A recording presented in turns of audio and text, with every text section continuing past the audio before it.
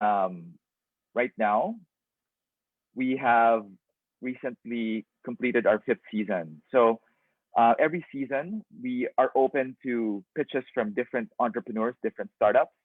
But for our recently concluded season, it was focused on real estate specifically. So we had pitching on the show people who had prop tech startups at the same time, people who were also pitching um, their properties for joint venture. So this was a departure from our regular season, but also us circling back to our origins with real estate because we've always been strong in that sector. And right now, we are preparing for our 6th season, which is the Heroes Edition. And this edition is special because we will be hearing pitches from people who are pitching new normal solutions. So this is going to be responsive to the pandemic and the new businesses that are going to be born from this pandemic. So this is going to be all about new solutions that have pivoted and also CSR initiatives as well that are being pitched to be able to help the marginalized and people who are having a difficult time because of COVID. So apart from this, we are also preparing for the final pitch ASEAN, which is going to be our foray across the region. We want for the final pitch to be the ASEAN region's business reality show. And we are aware that, for example, Shark Tank has penetrated Vietnam, but we feel that the Shark Tank format leaves a lot for Asians to get out of because the startup ecosystem in Asia is quite new, relatively new, and the final pitch format is such that you hear not just the pitches but also what goes into a business. So the mentorship component definitely is something that the final pitch is unique to the final pitch, and also the business challenges allow for many more insights to be taken from the show. So we are involving for this, apart from the Philippines, Singapore, Malaysia, Indonesia, Thailand, and Vietnam. So our plan is to be able to go and finish that roadshow by next year so that we could film and air the final pitch ASEAN by 2022.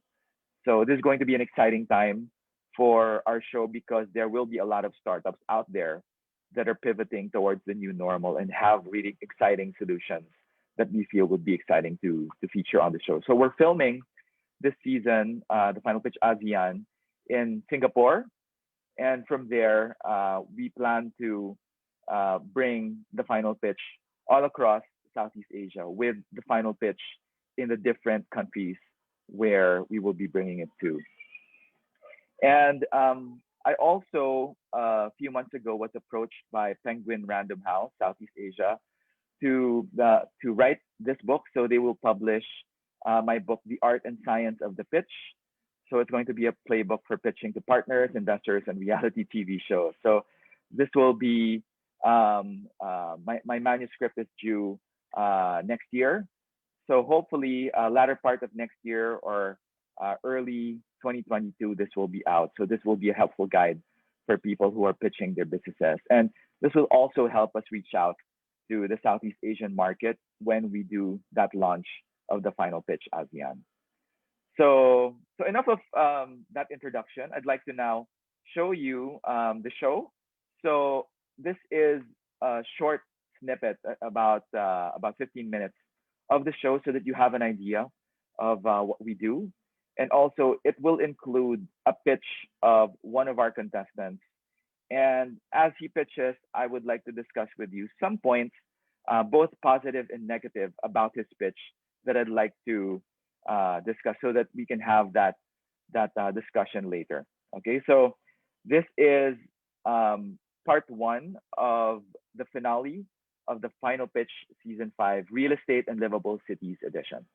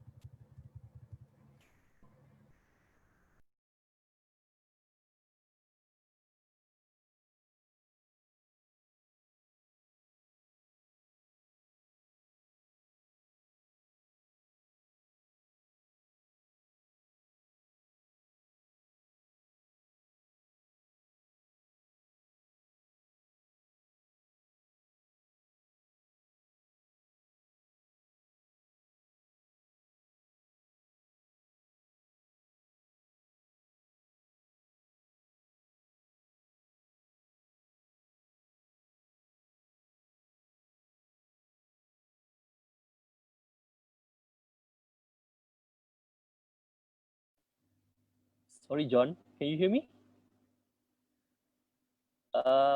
We cannot hear anything. It's just the video playing without the audio.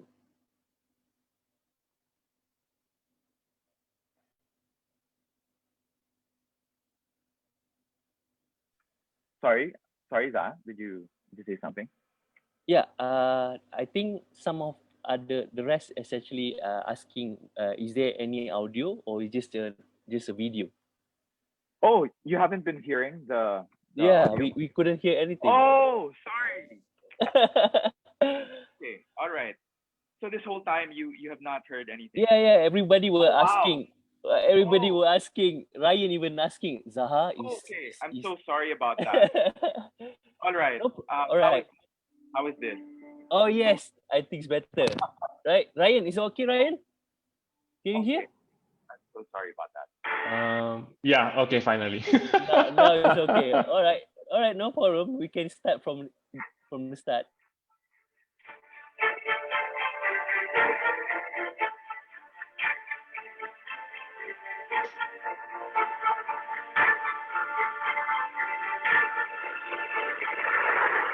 Hello, entrepreneurs and property owners.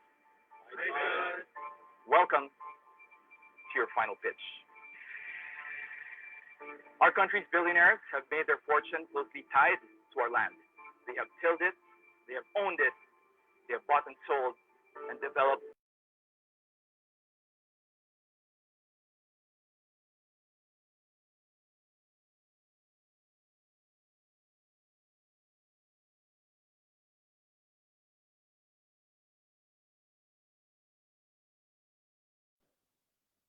I think the sound gone again.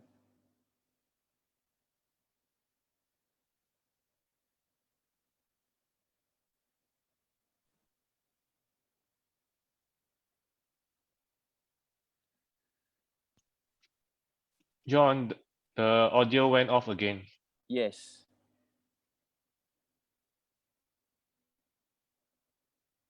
Some of you as our country's Okay. next billionaire. Entrepreneurs, are you ready? Yes. Then join me.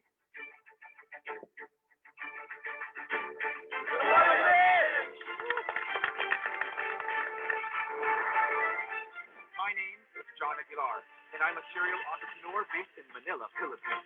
I've gathered 5 illustrious investors looking to fund and support the next great real estate player. Check you, millennial dealmaker and CEO of property advisory firm Prime Philippines. Cesar Wee, CEO of fast-rising real estate development group We Community Developers. Victor Contunji, founder and CEO of innovative modern homes developer Victor Contunji Development Corporation. Carrie Lagdameo, first vice president of Davao-based property development firm Demosa Land. And George Royeca, chief transport advocate of the beloved motorcycle hailing app Aptap. Our goal is to find the best properties and urban solutions and forge joint ventures that will change the landscape of Philippine real estate. Many will try, but only a few will make it to the final.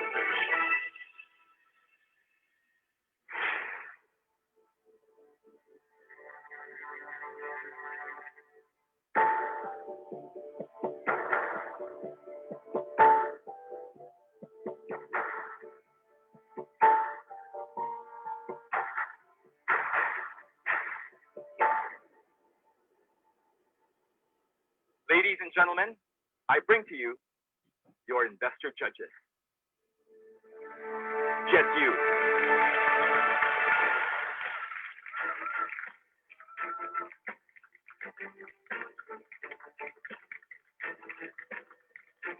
Cesar Wee.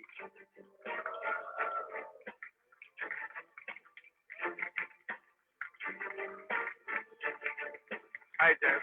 Long time no see. Victor Contunji.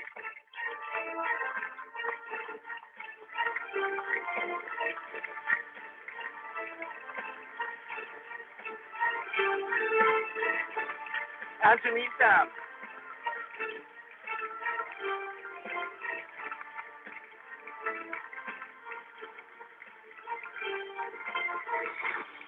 And finally, Larry Lagameo.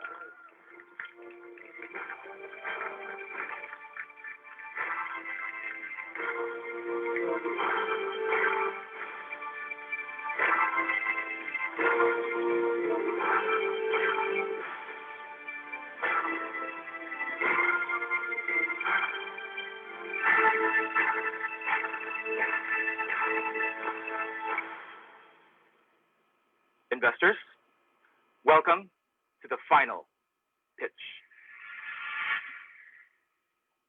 This has been an incredible ride, both for yourselves and the entrepreneurs and property owners who have pitched their businesses and properties to you.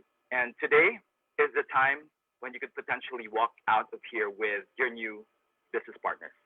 So Jet, down the road today, you will either work with or compete with some of these investors beside you. So what do you think is your advantage coming into the finale? I guess for me, the advantage would be, as you've said, familiarity. We can work on some terms when we offer to them. We're very much looking forward to having entrepreneurs' business ventures that we can integrate in our current businesses. Cesar, you have gone to some of the projects or the properties, even the area of operations of some of the entrepreneurs that you picked. Is this something that's going to really prepare you to make an investment today? Well, generally, the experience has been very interesting, but we're happy with the whole process of doing this. I'm also happy that I got to have 5 more friends, my co-investors. Happy also that I've connected with some of the entrepreneurs. It just shows that we're all entrepreneurs. We all went through the same route to build our businesses. So that's an experience that we actually cherish. Now, Victor, you served as a mentor to the entrepreneurs and landowner who pitched to you. I'd like to also get a sense of what you learned from them as rising, budding entrepreneurs themselves. The thing about being in a position of success is that although you started where they were, you tend to forget how difficult the road has been. When you talk to them and you reconnect with them, it reminds you of just how hard every struggle was. But having said that, challenge and adversity is the fun of why you become an entrepreneur, right? So Angie, during the initial pitches, George was the one who heard the pitches, and now apparently he sent the boss. Amcas is no stranger to adversity. You have fought an uphill battle, to say the least. What could be the best advice that you could give to our entrepreneurs here today? Always expect problems. If that's your mindset going into being an entrepreneur, then I think that you're already like 50% ahead of everybody else. So I think that's first and foremost. And then just always make sure that you're solving a problem and that you're doing it well. And I think that's a very good mindset to start with. Yeah. Now, Carrie, you sit here representing the Mosa land, but I think more importantly, you also represent businessmen, entrepreneurs from the Davao region, among the ones that pitched to you and the ones that went to you when we visited you in Davao. What is your biggest takeaway from where they are and where they need to be for them to be able to work with you? One thing that struck me amongst all of them is that they're extremely passionate. They're very passionate about their project and wanting to make a difference, not just for their own business, but in society. I think they have good, viable businesses that will be successful in the future. So right now, it's time to get to business. To pitch to you will be 10 amazing entrepreneurs and property owners. So hopefully after tonight, these entrepreneurs will walk away with new partners, and hopefully those partners will be one of, if not most of you. So right now, I'd like to call in the first entrepreneur. Kicking off the final pitch is Philip of Tea House, pitching to his potential investor, Victor Consunji. So today you're here pitching to Vic Consunji, and I must say, you look like you guys are a match made in heaven. I think, there's a lot of collaboration that can happen with the two of you. I need to play within my strength. I'm more on the artistic side, even architectural designing side, but he's more on the engineering and the building side. But together, if we will combine this, we will become a powerful developer together of real estate. May this pitch be the start of a possibly new Tea House VCDC venture? Yeah, Tea House by VCDC. Tea House by VCDC. Hi, I'm Filipino, and I'm the founder of Tea House. Tea House is basically a brand, a universal brand to lead the tiny house movement here in the Philippines. I'm here to seek 1 million pesos for every 1% of my company. Tiny house, tea house. Today, the number of homeless in the world is more than 1 billion already. Global housing, globally, is more than 100 million already, and locally, it's more than 5 million, and it will double to 10 million in the next 10 years. This is a huge problem, and this is a huge opportunity. There is a huge demand for anything housing today. One solution, the tiny house movement. That's their solution there in the United States. In the Philippines, this could also be our solution. Our contribution, the tea house movement. Why tea house can save the earth, or at least make it a little better. Growing tiny can save the earth. Tea house can do what China prefabs can do, what shipping containers can do, what modernist prefabs can do. So just like you, we would also want to become a successful real estate developer. We are a property developer with product-driven dream project. Gentlemen, be part of the tea house movement. Brothers, Cesar Wee and Carson Choa, you are the dream dynamic duo developer. Kari Lagdameo, you are the Philippine Eagle of agritourism development. Jet, you are the Optimus Prime of realty consultancy. With George Reca and Miss Angeline Tam, you are the transporter leader transformer. You are leading an amazing movement, and most especially, Victor Tulsum.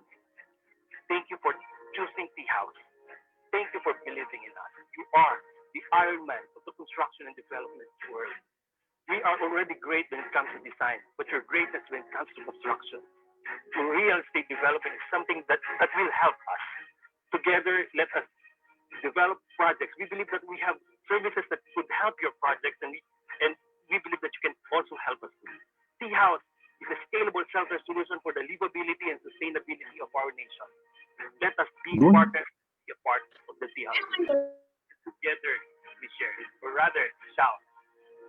Tiny house? Yeah! How come I'm the only animal? The rest are like Iron Man, Transformers. You're the Philippine Eagle. Throw me a bone, man. I'm really happy about your presentation. I think my co-investors here would agree. This is an incredible improvement. Now comes the tough part. Where are you going to use the money? It depends on the amount. If it will be lesser, then I will first build my team. If we will have more, then we will start developing our own app, the T app. Give me a number. How much do you need? Sure. How much do you need to put together a team that you think can get moving? Because I'll tell you right now, the boss on my left over here, for this, thinks that your valuation is incredibly high. Oh, nice one, dude.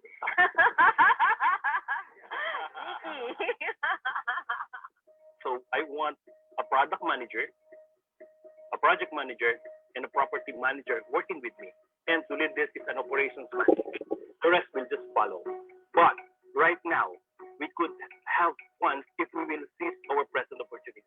Right now, there are bargain properties available out there. So he's asking how much do you need for your basic vision, right? Because you always need to know where you want to get to and how do you get there. Now you're just saying, I want to get whatever I can get and I'll work it out from there. To build the team, at least I'll be needing 3 million. Let me help you out here. Thank you very much. Valuation dictates that you have capacity for income over a sustained amount of time. Yeah. Right.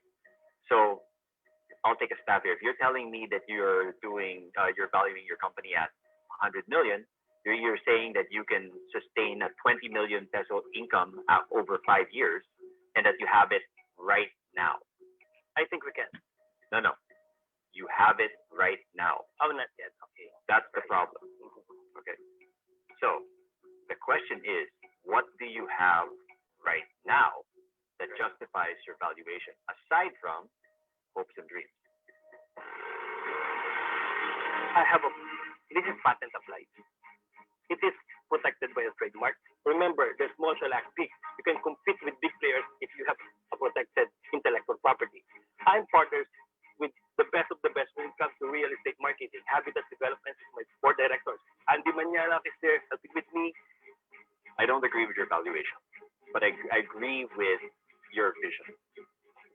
and I really like your passion. Thank you. And that alone, as we were discussing earlier, in some ways is already half the battle, right?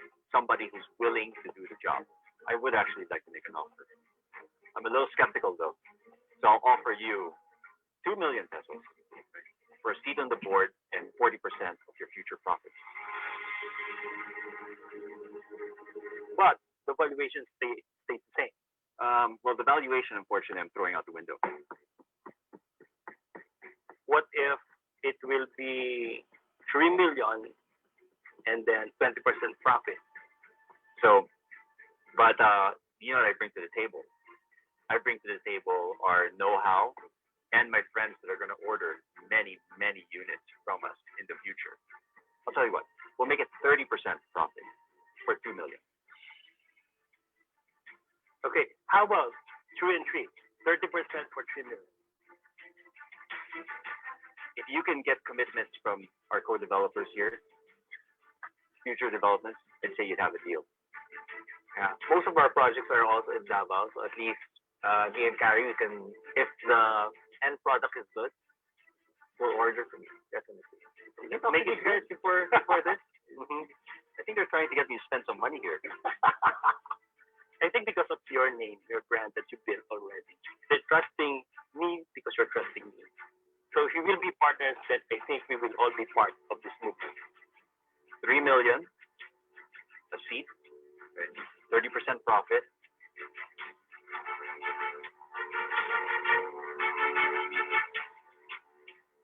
That's a deal. Don't fail me.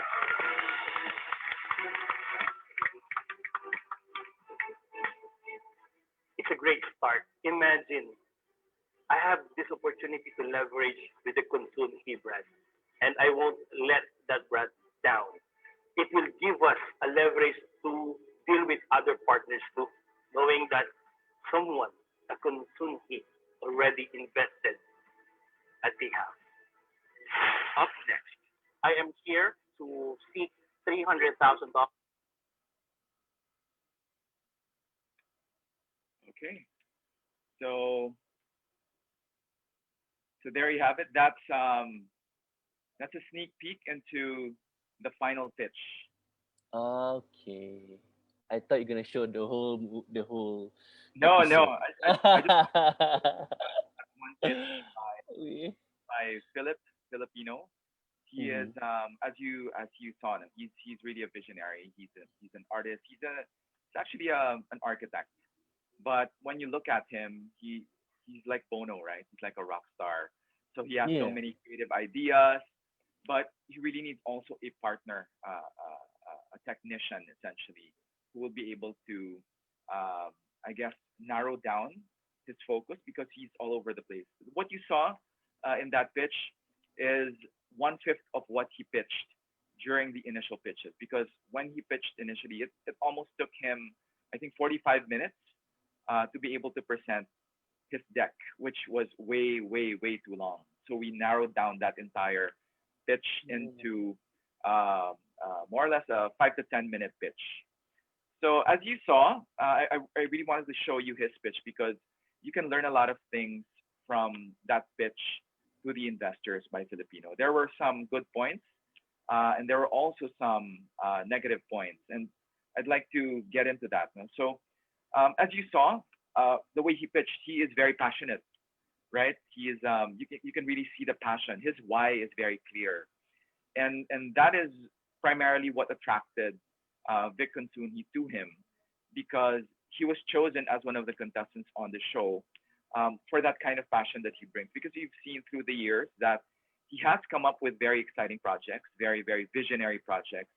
He just had problems with execution, right? But in terms of his body of work that he's presented, you can really see that he's done his job. I mean, he's really created a lot of innovative projects, some out of the box projects that really just need to be funded.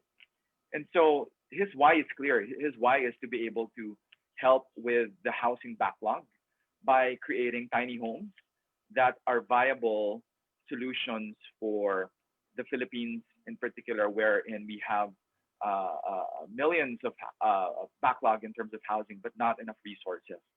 So with him, his why was clear, but what was unclear was his ask. If you saw earlier, his ask was 1 million pesos for every 1% share in his company, which is quite unorthodox because it's like he just picked that out from the air, right? It's very, very arbitrary. And true enough, when he was asked where he was going to use the money, he was also very unclear, to the point where one of the investors, Angie, had to ask, for your basic vision, what would you be needing? So up until that point, and this was a struggle even before, he really didn't know how much money he needed.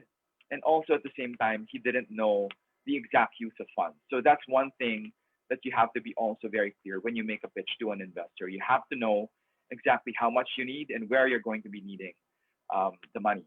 Because the more mature and the more sophisticated an investor is, they will definitely be asking for a spreadsheet of where exactly you will be using their money. So that's, I cannot emphasize that enough. In terms of his valuation, valuation is probably one of, if not the most important and trickiest parts of giving a pitch. There are experts who can help you with valuation, but valuation is really an amalgamation of different elements, from your story to your historical revenues to your projection for where you're taking your company. So a lot of that comes into play, but valuation is probably the trickiest part of giving an investment, because almost every time you will not agree. The one pitching and the one hearing the pitch will not agree on the valuation. So that's something that you also have to consider and put a lot of time in, because when it comes to the push and pull, the tug of war of really what value your company is worth, that's more often than not the make or break of a pitch. So another thing that's going for Philip is that he has a patent on his technology, and also the vision, the passion is very clear. So what happened was, this pitch was done January of this year, so this was just before the lockdown. So I'm not sure exactly how far they've come in terms of finalizing this deal, but I do know that Philip has gotten interest from other investors as well when his startup came out on our show, The Final Pitch. So I think it created a lot of opportunities for him as well. So I think with this tiny house movement, I think it's gotten off to a very good start after he came out on the show. So there, those are some of my insights on the final pitch, and that's it. I'm open to suggestions, questions from you, and be happy to open up this forum to the floor. All right. Thank you, John. Thank you so much. It's so interesting to watch the video only. All right. Is it actually live on any other TV station beside Philippines? So you can also follow us on YouTube. So we have all right. our website, the final pitch .ph, and also if you go to YouTube, you can just type the final pitch. So all of our previous episodes, seasons are there from season 1 to 5. Great, so you can watch that. Great. And there's actually a couple of pitches there that you can really learn a lot from just by watching the show. And what's great about this is that it's done in the Asian context, right? I mean, you watch Shark Tank, and that's the Western context. These are Western investors. But for the final pitch, you really see the difference, because in Shark Tank, it's a lot more, I would say, harsh. But here in Asia, it's a little bit more different because I guess the treatment is different, and there's a little bit more hand holding. So I think that's the main difference between how pitches are done here and how pitches are done, let's say, in Silicon Valley or in the US. There's a little bit more hand holding, and I think the way also that you communicate your message is different here. So there. So like you explained just now that the participant get to learn during the show, right? They're practically learning on the spot how to pitch. Like you said, it was supposed to be 45 minutes, and then you guys actually help him and try to use this point, use that point. Right. Yeah, great. In fact, Shark Tank. When you watch Shark Tank, uh, that show is pretty much a pitching show, right? So the one who pitches, and the sharks pretty much dissect the business, and at the end of that session, they either invest in that company or not. So with the final pitch, it's really a journey. So the initial pitch is just the beginning, because once they give their initial pitch, the investors then have a choice by which who to choose as their potential investees for the finale. So what happens is, if they like them, they invite them to the show, pretty much like The Voice, right? Or these singing competitions or talent yeah, competitions out there, right? So if you like someone, you invite them to be part of your team. In this case, if you like this particular entrepreneur or startup, you invite them to be part of your quote unquote team, so that you will then be able to invite them to your company and also give them a business challenge later on that will test them, in the way they work under pressure, and you also get a sense of insight into how they work with other people. So that allows you to have a more holistic knowledge of this person and not just the pitch. So beyond the pitch, it's also finding out if this person is actually someone that I'd like to invest in or work with in the future. So that's the big difference also in terms of our show in Shark Tank, is that it's a more holistic approach into finding out not just the viability of the business, but also the character of the founders who are involved in these startups. So, and as you mentioned, we also introduce mentors to them that, in most cases, drastically change or improve their pitches from their initial pitch all the way up until the final pitch, where it's a lot more polished, and they would have worked out the kinks in the business model as well, and in the ask. great. Oh, we have a question here from Asma. Asma is one of our Zoom networking members. She is asking you, what are the top 5 topics to be prepared for any companies to present a pitch? Okay, so in terms of topics or coverage, I guess if I could give top 5, right? Top 5 would be, well, first of all, you have to be clear with the problem that you're trying to solve. That has to be very clear, because sometimes we're so in love with our solution or our strategy that we forget if the problem really is something that needs solving or has a market that will essentially be your customer. So I think that's very clear, the problem. Also, you have to be very clear with your why. Why are you doing this? Why is this solution something that you in particular are uniquely poised to solve? We found that there are a lot of entrepreneurs out there who get into something, but at the end of the day, if they encounter headway or they encounter problems, they don't get to follow through, primarily because they are not passionate with whatever it is that they're doing. It may be something that they're doing to be able to maybe achieve something, but if you get down to it, their why or of why they're doing it is either not clear or not strong enough. So you have to be prepared to present or to show that, because when you show that, it's going to be easier for people to see exactly what motivates you, and it's going to be easier for them to also back you up in terms of the problems that you will be having later on. Next, I think that valuation is a very, as I said, prickly issue that has to be resolved right from the start.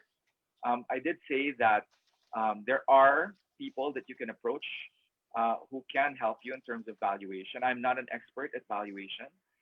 In fact, we even go to someone who is able to help us with this. Big organizations that allow for you to be able to get into a conversation, perhaps groups like PwC, maybe some who are smaller tend to have resources that allow for you to consult them. But I think in each country it's case to case.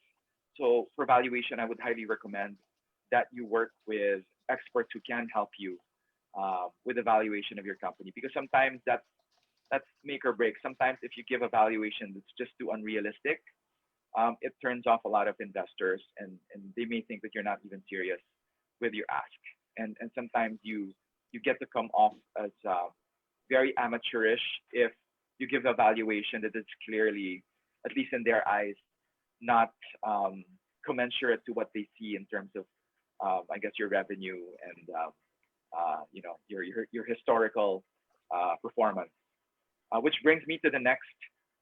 You have to also be prepared for your numbers. So the numbers clearly with any business, and I'm sure all of you know this, you have to be very clear with the numbers that you show in terms of your historical revenues, and also for the future where you see your revenue coming in. So not a lot of people know right now where you want to take your company in the future. So this has to be very clear where you are now and where you will be getting that bigger exponential revenue in the future. So this has to be a clear path that you paint for the investor, and not just leaving things to their imagination. So you have to be very clear, and you have to present a structured plan to how you're able to get to that projected valuation. And finally, I think you have to be prepared for them to really look at the composition of your team. So I started things off with my presentation with you today, sharing with you the successes that we've had with our previous shows and our previous projects, beginning with the people who we onboarded into the project or the company. So that is very critical. And I think if you have the right people on board, then it speeds up the I guess the way that in the mind of the investors you present yourself as both credible and also as a team that will be able to carry on this plan that you have. So I think being very clear with the composition of the team, and also being able to have your team back you up. Usually, if you are the visionary or founder, if you have an investor's pitch or meeting, and if you are not a technical person, then you would have to bring your technical co-founder. So if it's a technology, and there are certain things that you won't be able to answer, then you have to have your technical partner there with you at all times, particularly if it's a pitch with a VC or an investor that has very, very intimate knowledge with your industry or technology. So, there, I think those are the 5 critical areas you can look at. Thank you so much, John. I think that is quite an explanation for you, Asma. I hope you get your answer correct, and probably believe that you're going to pitch for something. All right. I had Ryan waving his hand. Ryan, you want to ask something? Yes, I put it on the chat as well. The question is it typical for what happened just now, like the investor and the entrepreneur negotiating, counter offering each other on the spot like this? Okay, so what you see here is, I would say, a culmination already of talks that they've had in the past. So like I mentioned, there was an initial pitch, and during the investors challenge that we have, they've had a chance to sit down already to discuss. So this is, in essence, their 3rd meeting already. So they pretty much already have expressed to each other what they're willing to offer and also what they're willing to give. So what you see here is a bit more unique in this case for our TV show, right? So because in a typical scenario, you would have a pitch, but then again, the investor won't really make any offers right then and there, right? Subject to due diligence, which can take a while. So what you see is, I guess, the stylized TV version and shortened version of what you would normally encounter in a typical pitch. So that means what happened on the video just now wasn't actual behind the scene negotiation process, right? No, this was the actual negotiation process, but there was a lot more that went into this behind the scenes as well. So this is like a culmination, meaning they have negotiated already in the past, but they did not come to a resolution. So this was I guess the final time that they would ever sit down and talk and try to make a deal happen. Right. Okay. Yeah, try to make more wow. because I guess my question raised because what was initially offered by the investor and what was the final outcome was quite a big difference gap in terms of the initial offer versus the final. So I thought, is it that they agreed before the show happened, or how did it come across? No. So I don't think they ever talked about how they would resolve it, right? Because Yeah. up until that point, they have not yet agreed, Right. right? But I think Philip also, as an entrepreneur, when he did the initial pitch, he was all the more unclear about how much money he was going to ask. In fact, he did not even give an ask. So Yeah. that's how unclear he was, because he wanted to just, I guess, present himself as someone who had an opportunity for the investors without being clear as well Right. how much money he was really seeking. So that's what we helped him out with in terms of his ask, because to be honest, this guy was all over the place at the beginning, which was endearing to the audience because it's also a learning. It's also a lesson, I guess, as well for the audience, because you see someone who's clearly unprepared, but at the end he was able to narrow down his thoughts, because at the start he was very all over the place.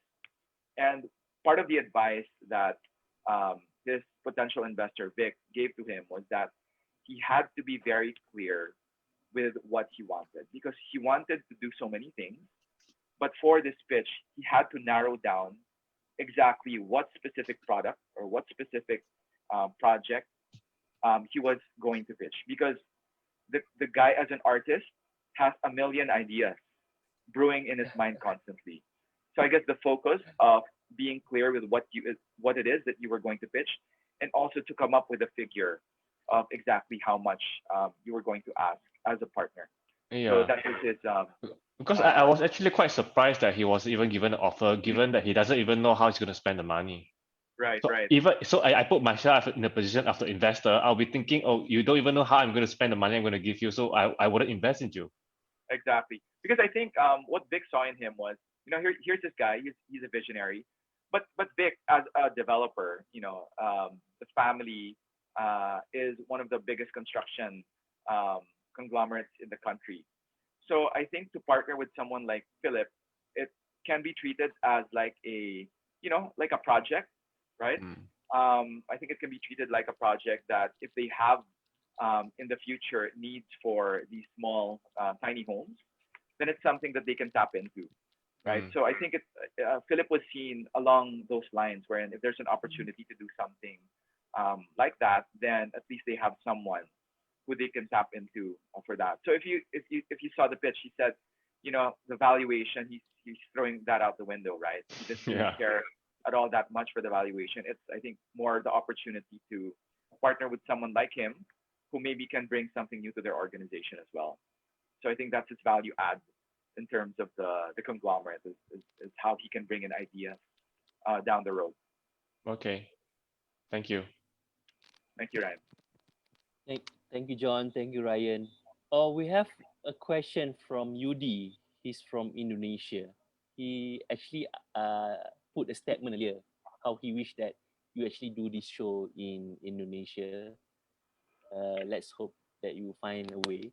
Yes, Second, if, he has yes. a In fact, question. sorry, if I may, um, we are going to be bringing it to Indonesia. In fact, I'm not sure if you were here earlier, Yes. but we would like to do this in Indonesia. In fact, for the final pitch ASEAN, I would also like to seek your recommendation. I'm going to be looking for an Indonesian candidate as an investor judge for the final pitch ASEAN. So our concept is that we are getting one investor representing each country. So apart from the Philippines, there's Singapore, Indonesia, Thailand, Vietnam, and Malaysia. So we have to be able to get one representative from each country who will be the investor judge representing their country. And by 2022, when we film it, we will be asking startups and businessmen from all across Southeast Asia to pitch to these six investors, which we are going to be filming in Singapore. So that's going to be the final pitch ASEAN. And by that time, we will have a call out to ask for regional startups and businessmen to also pitch on the show.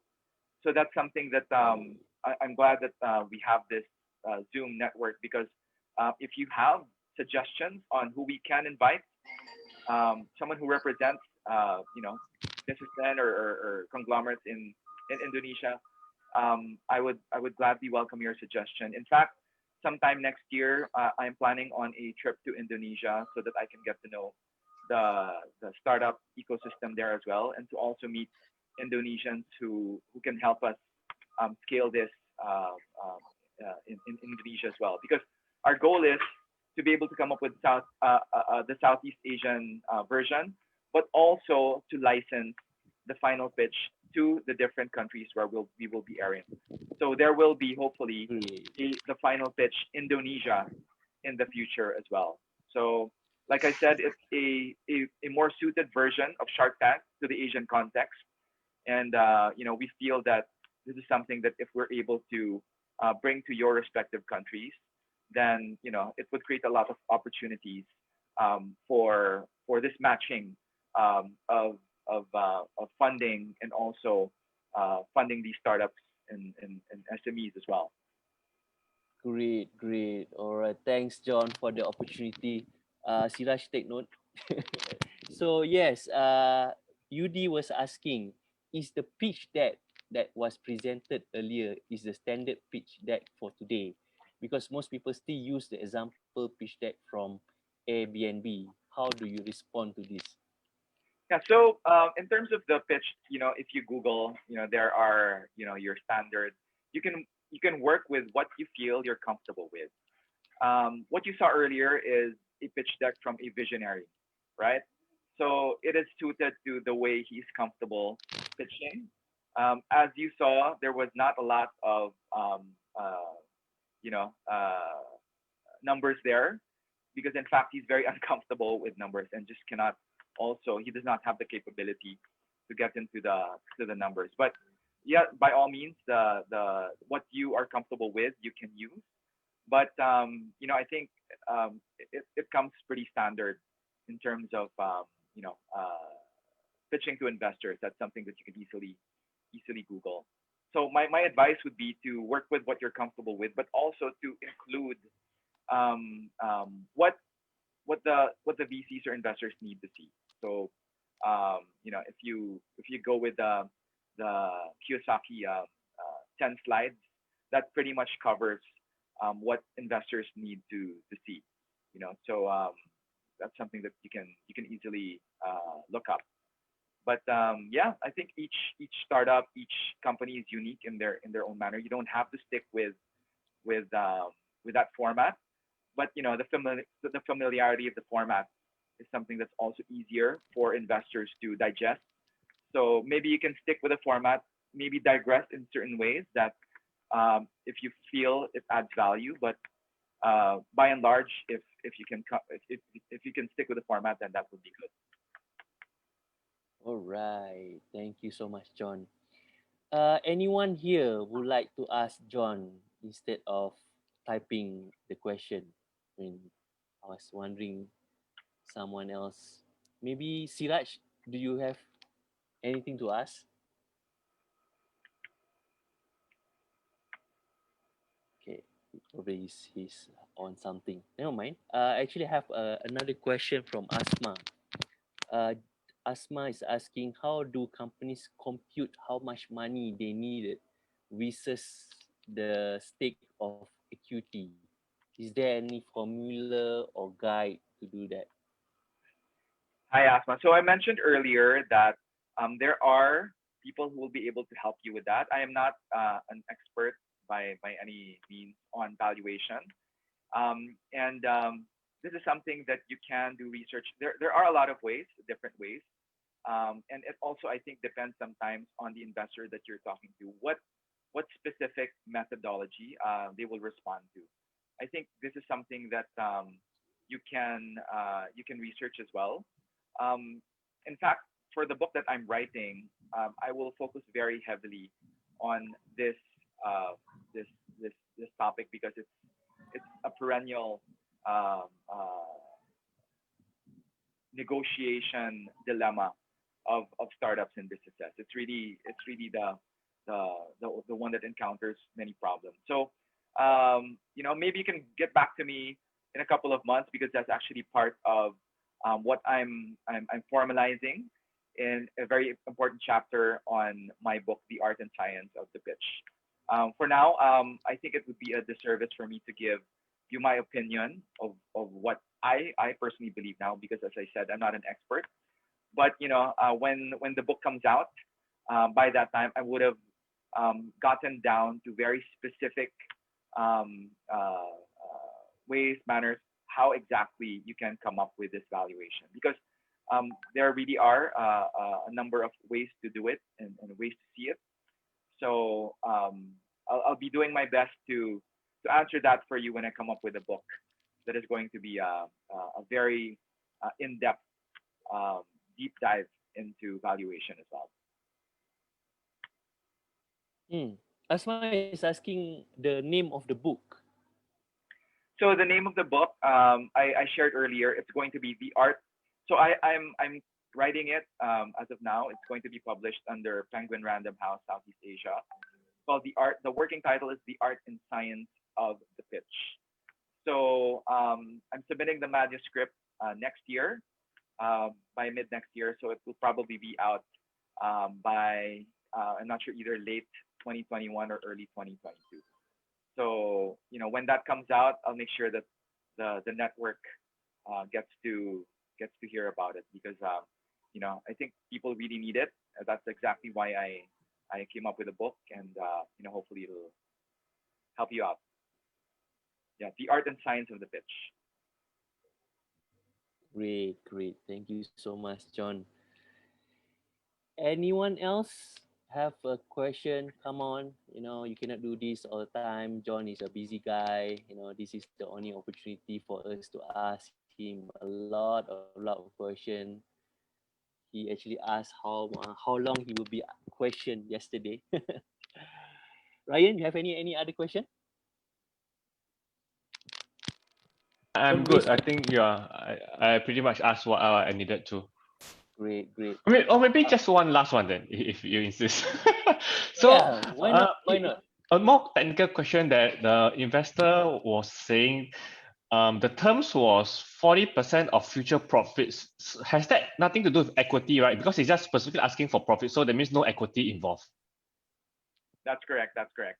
So I'm not exactly sure what the final decision was in terms of their engagement because we had filmed that January. So I think when they were in the middle of discussions, COVID happened, and I think it was pretty much uh,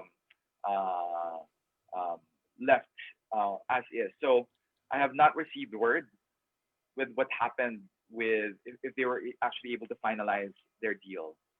So that's something pending that we're also waiting Oh, for.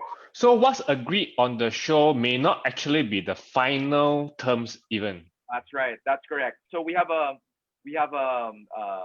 statement at the start of the show that says that these are offers, but we are not responsible for either them pushing through or not. And to be honest, among the ones that, let's say for example, you have a shake hands with very specific terms, about maybe 50% of those either do not push through or the terms maybe are changed a bit. So there's a negotiation because subject to further due diligence, right, things could change a bit. So maybe the business can change, or maybe the environment. Like in this case, obviously with COVID, right? A lot of things can happen between that time and a couple of months down the road. Okay. But with some, what they agree on during the show is really what they sign with essentially. So it's case to case. Right. Okay. Thank you. Thank you so much, John. Haris, how are you, Haris? I believe you have something to ask. Yeah, I probably have a few things to say. Congratulations to John for your show. Thank you. One of the things that I when I watched the video, with regards to the currency, I think Philip used the peso, is it? Yes, that's correct.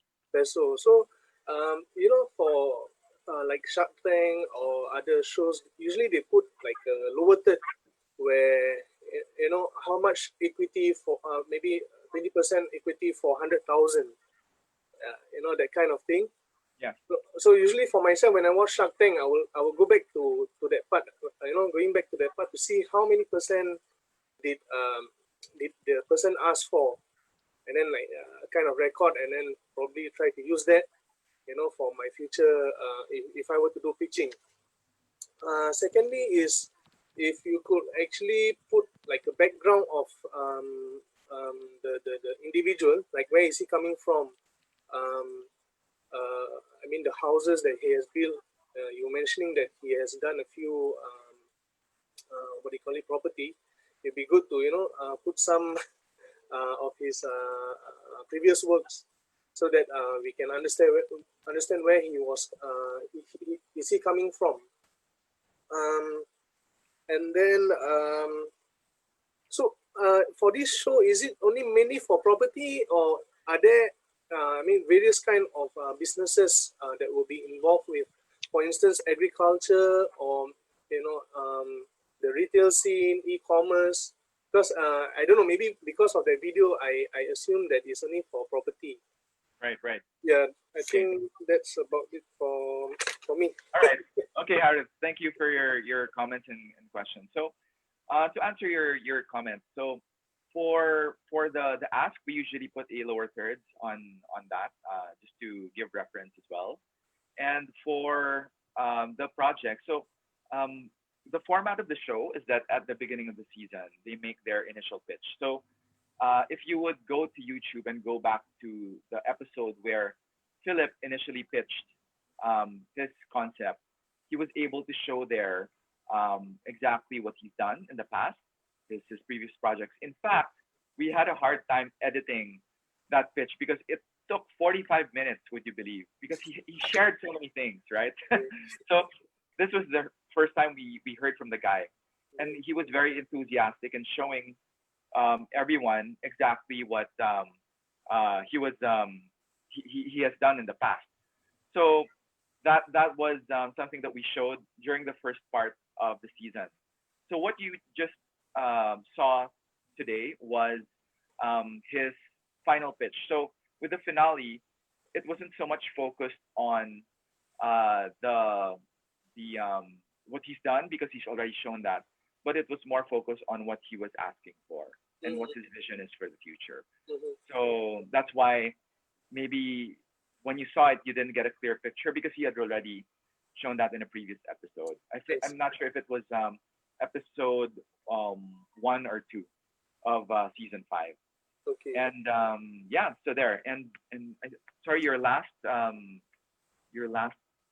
comment or question was about. I think with regards to the value, the currency, because it's going to be ASEAN thing, right? So perhaps if we can, because Right. if you were to tell me 1 million pesos, I have to go to Google.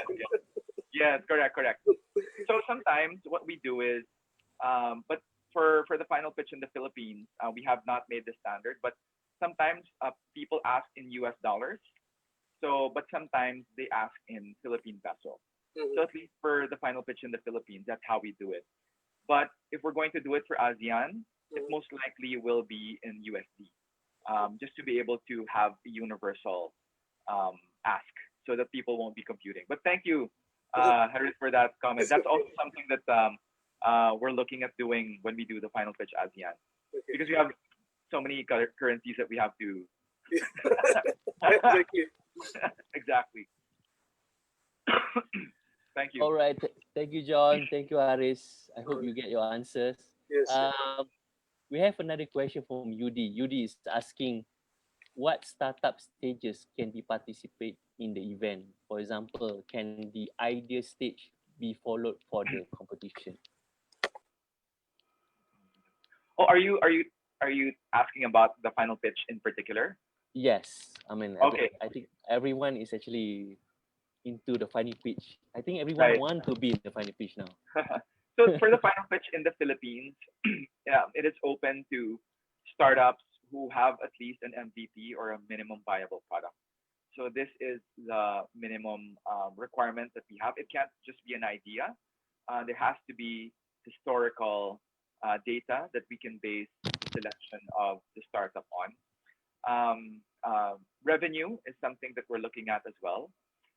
But for the final pitch ASEAN, when we do the ASEAN version, there is going to be a minimum. We're looking at most likely a $1 million ask minimum, because we're looking for more mature startups to be able to join ASEAN. Because the startups that will join the final pitch ASEAN will be startups that are poised to expand regionally.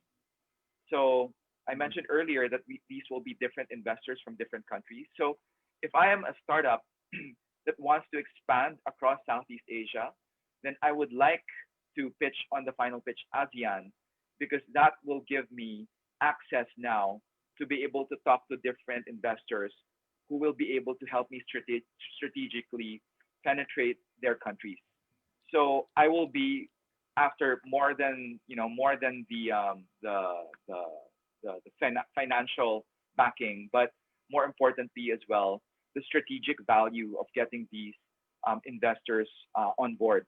So that's what the final pitch ASEAN is for. It's already for regional expansion, right? It could be something for your country as well if you're still building it out.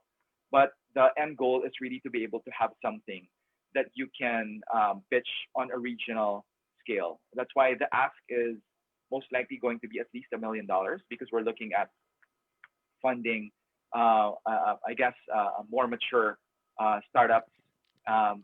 But eventually, like I said, after the final pitch ASEAN, when we license the final pitch in the different ASEAN countries, then those individual final pitch ASEAN in those countries will revert to its original format, which is what I just showed you with the final pitch in the Philippines, which is open to startups and seed stage companies as well. So I think that is something more suitable for, I guess, companies that are just beginning or are seeking seed financing. But eventually, when they are of a bigger scale, then they would be aspiring to become part of the final pitch ASEAN.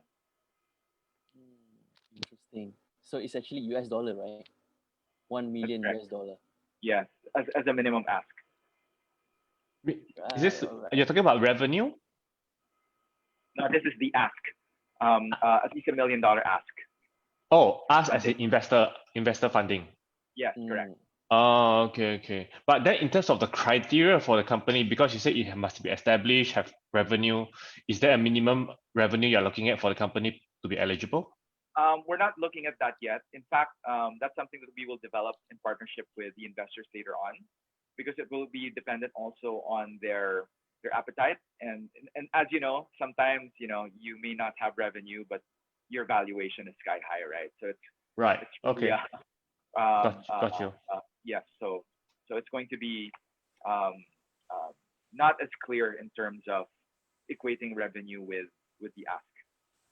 For the sales track record, can it come from another company? Let's say, for instance, I have my own startup and I do not have a sales track record, maybe perhaps 1 year or less than that, but can we use another company's sales track record?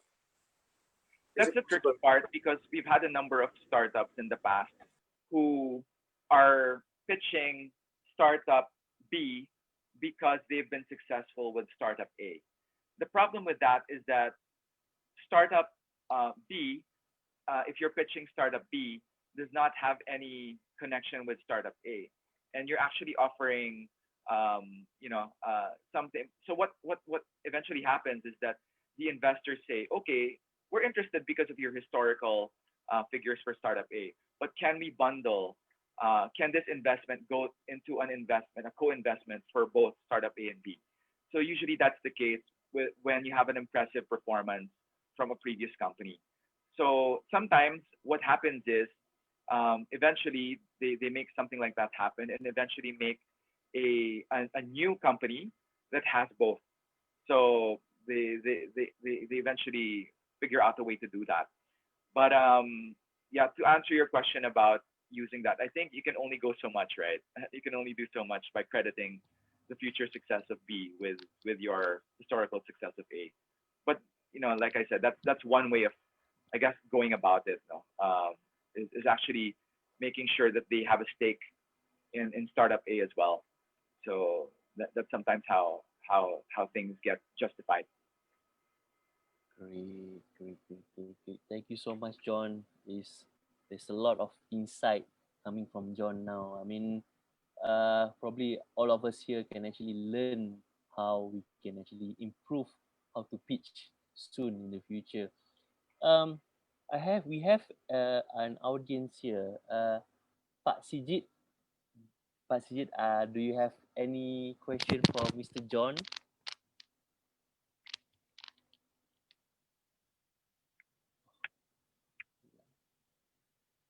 Yeah, maybe they. Never mind. Siraj. Yes, hi, hello, sorry. No worries. We were asking you if you have any question for John. John has actually let out all the secrets already, but probably they want to ask something else. Okay, maybe I got some internet connections issues. Let me just. Oh, okay. I'll type it in the chat. Oh, all right, cool. So yes, I would like to throw a question also to everyone. If you know of, particularly, I think we have a lot of Indonesians here. If you know of any Indonesians who would likely be good candidates for us to also connect with, whether they are an investor or people who can connect us to the startup ecosystem in Indonesia, please feel free to recommend to connect us, because for other countries, I've already established connections for, in particular, Singapore, Malaysia as well with MDEC. So in Singapore with Enterprise Singapore, with Malaysia MDEC, for Vietnam, I've already established some connections. But for Indonesia in particular and Thailand, none yet. So I would appreciate if you can recommend me as well, because that's something that we'd like to do for next year when we do the roadshow.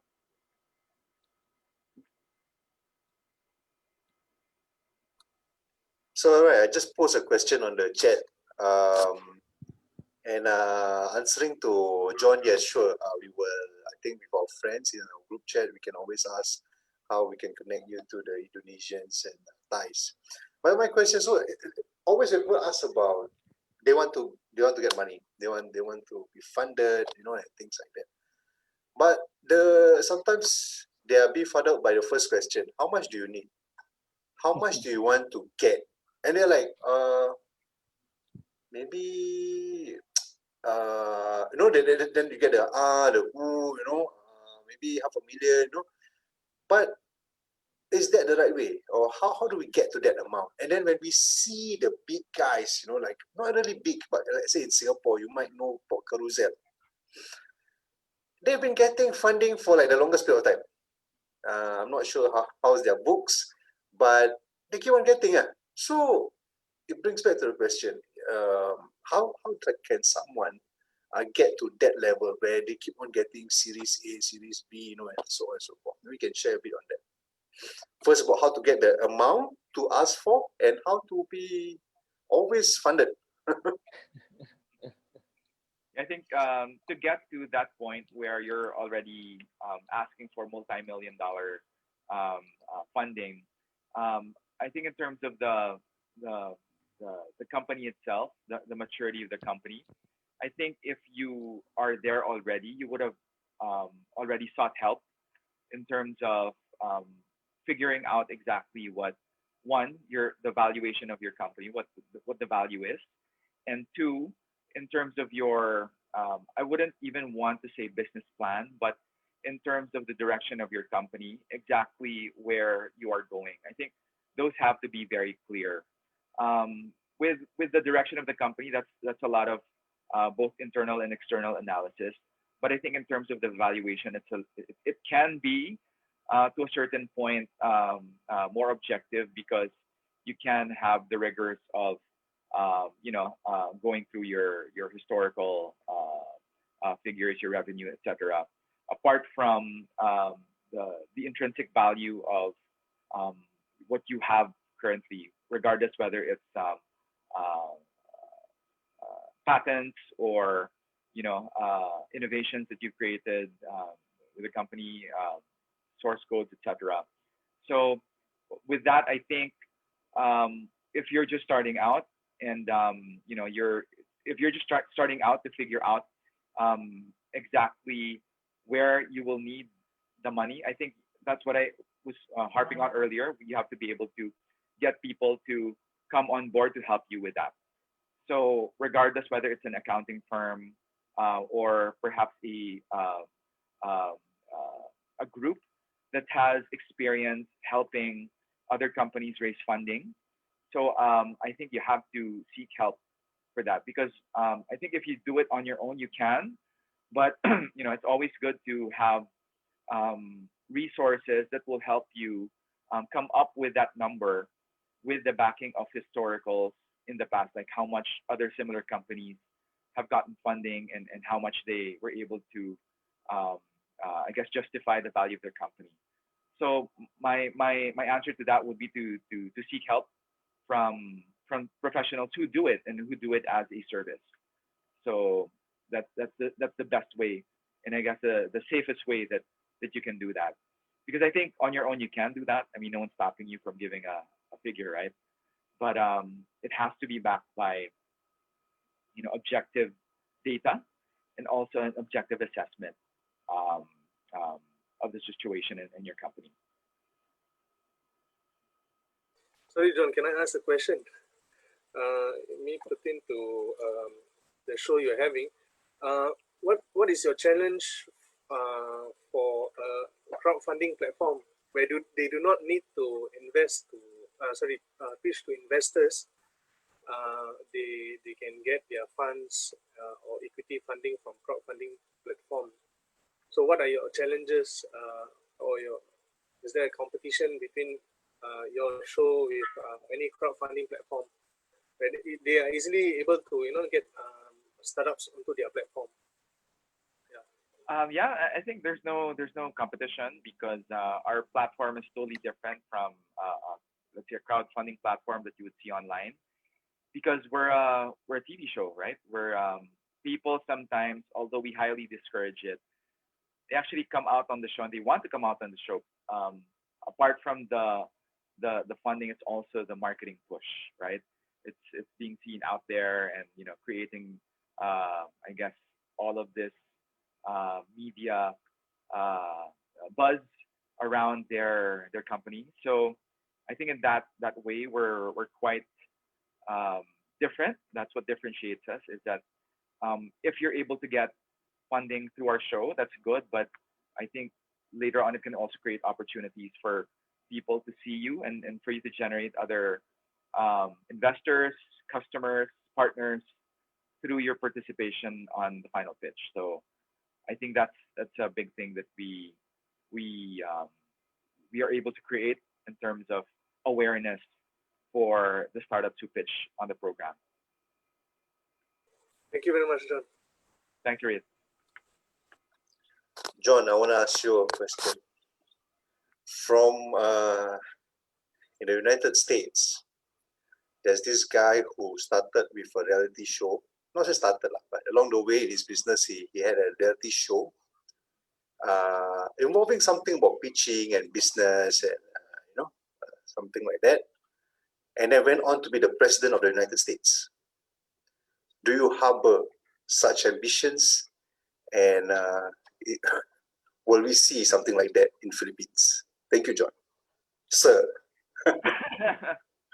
Well, I'm very well aware of who you mean, and we all know him. So, for what it's worth, that's kind of, I guess, the consequence. I would say, not the consequence. I wouldn't want to say it in those terms, but our investor judges know that when they come out on the show, they are coming out not just to seek, startups to fund, but also there's a very big benefit of coming out on the show. If you just look at Shark Tank, for example, the sharks are all established business persons, business people, but when they came out on Shark Tank, it multiplied exponentially. Their recall, I'm sure it created a lot of goodwill for their businesses as well. So an effect of being a part of a reality show is very clear, right? With the case of the Donald, people are saying it was largely responsible for electing him into the presidency because he was able to control, I guess, his image and how he was seen by the public. I mean, before people would cover him, media would be highly, unkind to him because he's such a controversial figure. But with The Apprentice, he was able to, and the producer as well, they were able to mold, I guess, the way people saw him or his perception to the public. And his perception that time was he's someone who is no nonsense with business. He has big dreams and he can make things happen for you, right? So that's how that persona was created. That I think positively influenced this brand worldwide. So in terms of your question about me having this, I guess, grand plan for these people that come out on our show, I think that's my answer is it's a consequence, but it's not like a plan. But I am very, very much aware that the investors who come out on our show know the power that it can have, not just on their companies, but also on their personal brands as well. And that's something I feel they welcome, because if you're someone who's shy and do not want the limelight and do not want to be seen out there, you wouldn't even think of coming out on the show, right? So yeah, I think it can be a positive. In fact, for our previous seasons, we've had a politician come out. He's Mikey Romero. He's the owner of Philippines Air Asia. He's a partner of Tony Fernandez in the Philippines. So, I think he's very well aware of the advantages or the benefits of being an investor on the show.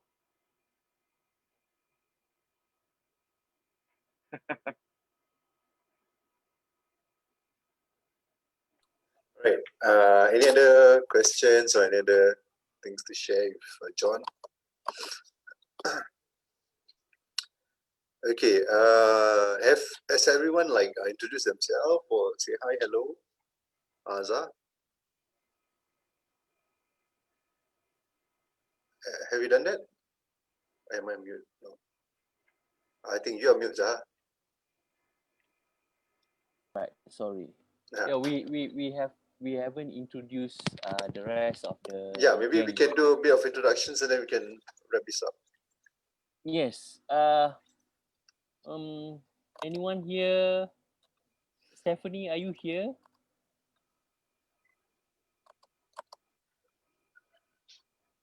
Okay, never mind. Is Aris around? Aris, just switch off the video. He Oh, like, alamak, not my turn, please. Switch off the video. No whether he's there or not. Haris, why don't I'm you supposed to introduce contact yourself him, first? but I haven't contacted him. So Yeah. maybe we can know more about Aris here. Then I will WhatsApp you, Aris. Okay. Sorry, because my child is disturbing me. Oh, okay. Then Basically, please. no worries. This is the thing about what do you call it? From home. Working from home. Yeah, usually. Okay, so myself, I founded BTC in 2019. So we started off as trading, and we are planning to perhaps look into having a VC and a crowdfunding platform. So I think I have mentioned to Zaha as well. I have a business associate in Indonesia, who has a crowdfunding platform planning to launch in February 2021, and fully, operational in August 2021.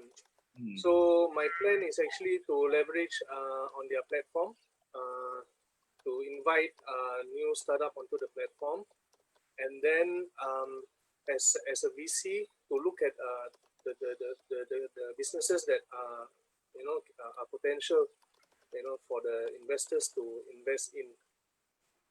We are planning to use like AI engines. There's two kinds of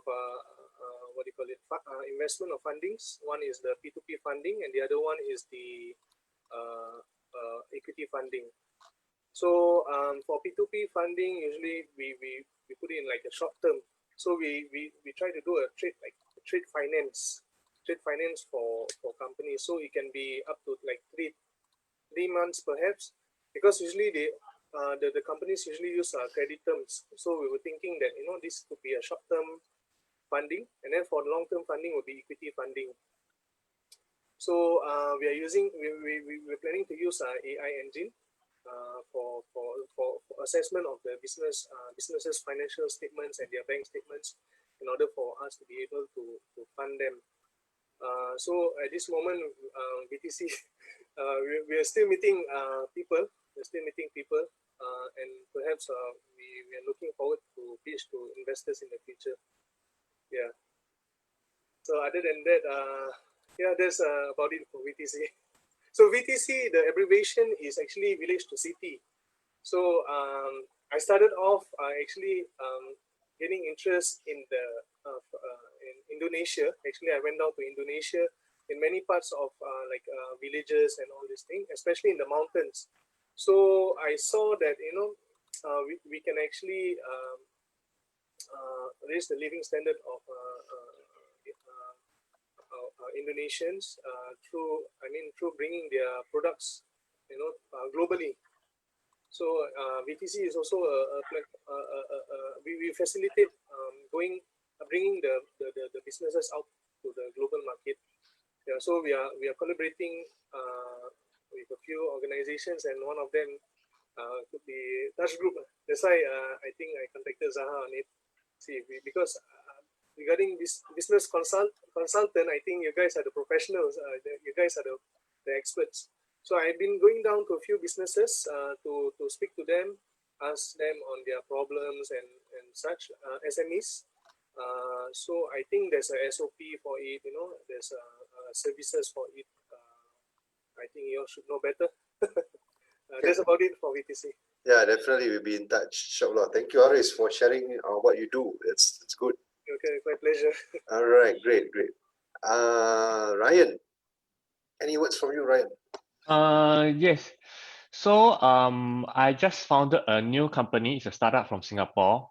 So my vision is to disrupt this century-old industry of the paper business cards by offering SIM card. yeah. So I want to have Okay. it's a digital business card I'm gonna have a lot of features that's gonna be compelling for people to switch from paper to digital.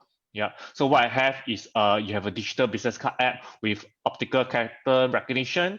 You have unlimited business card storage. Whenever you meet people and collect business card, you can take a photo and digitize it. I have a newsfeed aggregator from over 100 global publications. So besides achieving cost savings, improve corporate image and productivity for organizations, it also fulfills the current need for social distancing. So you can exchange business card without physical contact. So on top of that, I have also additional features. For example, your digital business card can be stored in a Z card NFC sticker or a key fob and be read by a smartphone contactlessly. And then people, once they open up your digital card, right, they can save the number immediately to their phones without typing. So improve the chances of a callback. Because the reality where I did some research, right, is that whenever you hand out paper business cards to people, 9 in 10 will get thrown away within a week. So by giving it a digital form, you can save it immediately, store it into the phone, then you can improve your chances of a sales conversion when you meet your prospects. Yeah. And also, as also a new offering that I'm going to be coming up with is when people come to Zoom meetings like this for networking, right? So you see a lot of faces, you don't know who is who, or Harry, you don't know what he does, Sigit, you don't know what company he works in, right? So there's also going to be a feature where you can come to a site where everybody can see each other's business cards and connect with each other. So this is something that I'm working on as well. So in coming to this intention, I'm not looking for funding exactly at the moment, but I'm in the starting phase where I'm starting to create awareness, promoting my product, and looking for local partners who want to consider distributing my product in your company as well. So I'm looking for partners. So in Indonesia, in Philippines, who believe in my vision and want to come on board this journey with me. Yeah, so that's mine. Yeah. I believe in your vision. See, now you really got someone almost immediately who will continue conversations with you. Yeah, so right? I added my business card in the link in the chat. If you click on it, right, you can actually see my business card, and then you can even go and download my app for free. Awesome. Yeah, let's try to support Ryan and get on this platform. Thank you. All right, thank you, Ryan. Sigit, are you there? I've already accepted your LinkedIn connection. Yes, he's there. Thank you. That's Hi, fast. everyone. Okay. Yes, Sigit. Maybe a few words, Sigit. Oh, thank you so much. Hi everyone. Thank you, John, for amazing presentation. It's a very interesting program actually. Hopefully that it can give us the insight how to develop the same developing the startup ecosystem also in Indonesia. Let me introduce. My name is Sigit Darmawan. Actually, I'm from CAF. CAF is like the corporate startup accelerator. So we have connected actually with the startup ecosystem, startup based university, but also connected with the independent startup that not incubated in the university. So we also have the similar program like Final Pitch, but it's the program is designed for the university, like the CO challenge actually.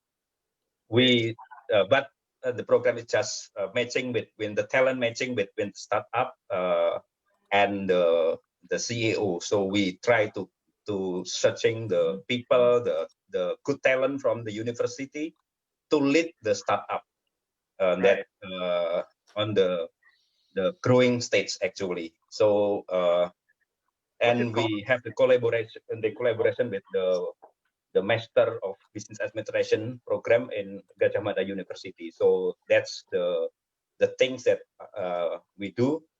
Also, doing the corporate startup program innovation. So we have some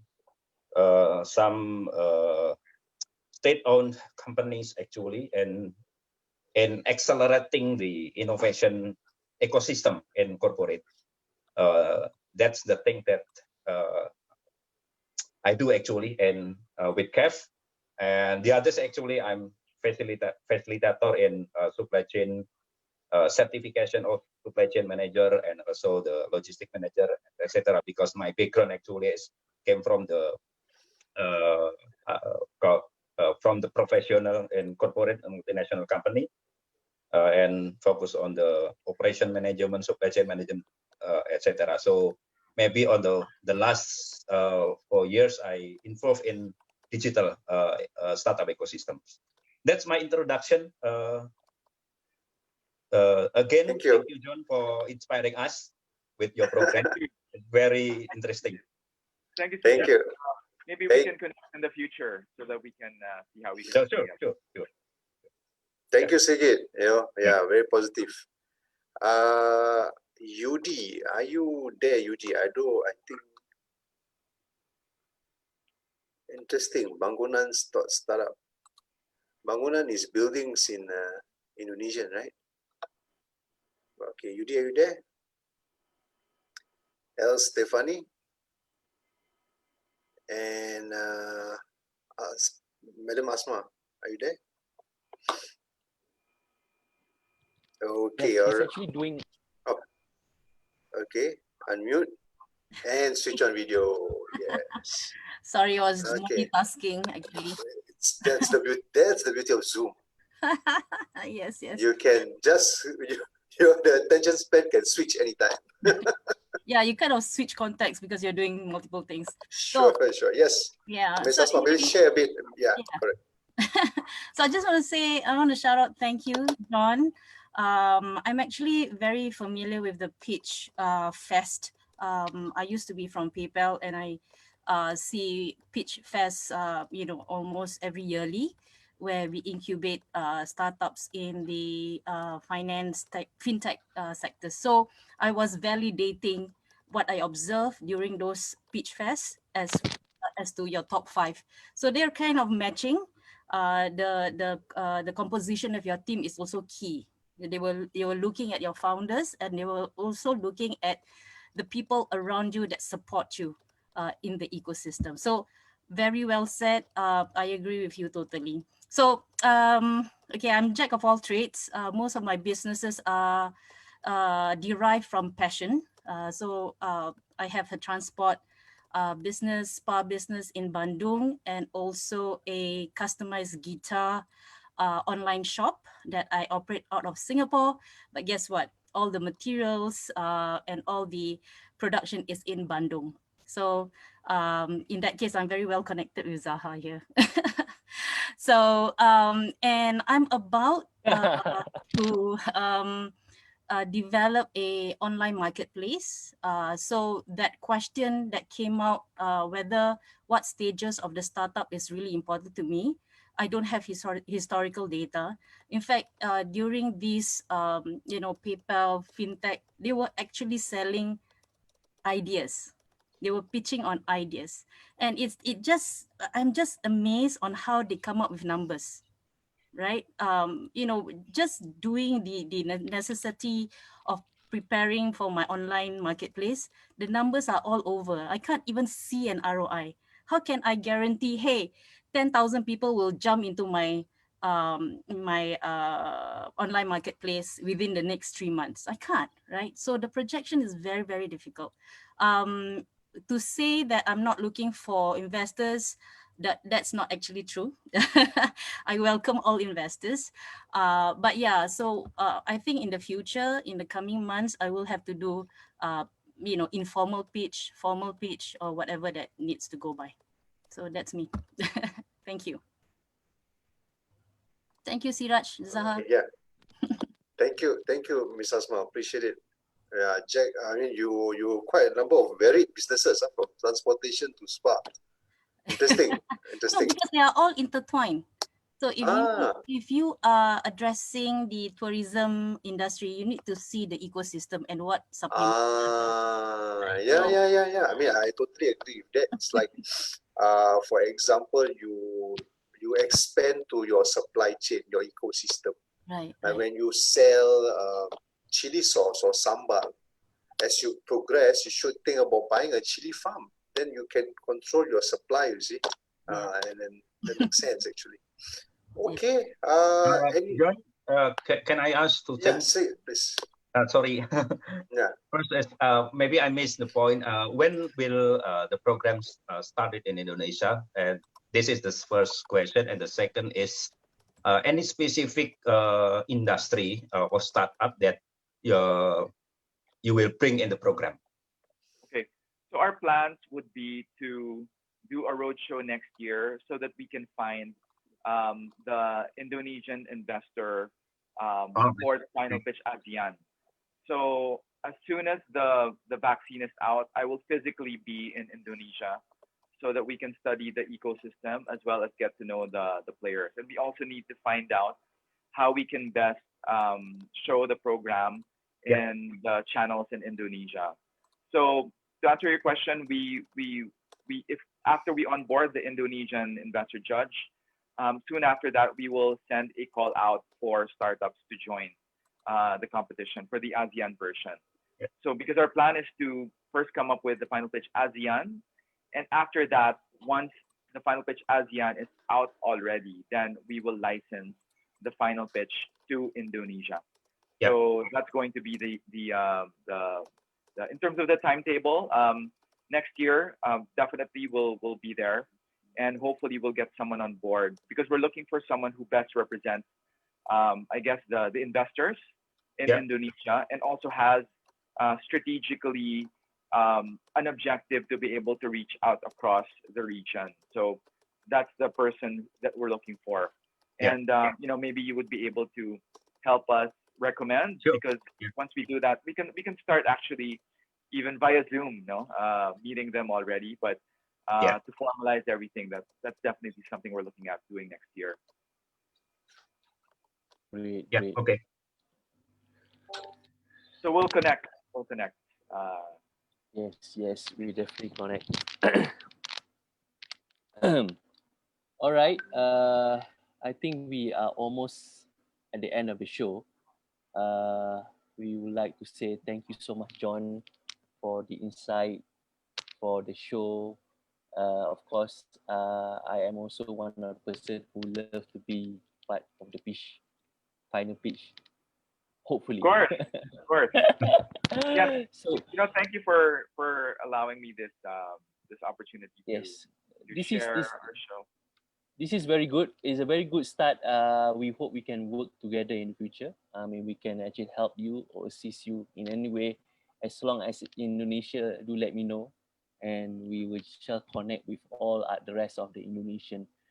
So the rest of you also, thank you so much for joining. I'm so happy to meet all of you all the time. And hope to see you next week. We will have another topic for next week. We'll keep you updated, keep you posted. So yes, for now, thank you so much. Hope to see you all soon. Bye. Thank you, Zah, for arranging. Thank you, everybody. Thank you, John. Yeah. Okay, bye. Bye.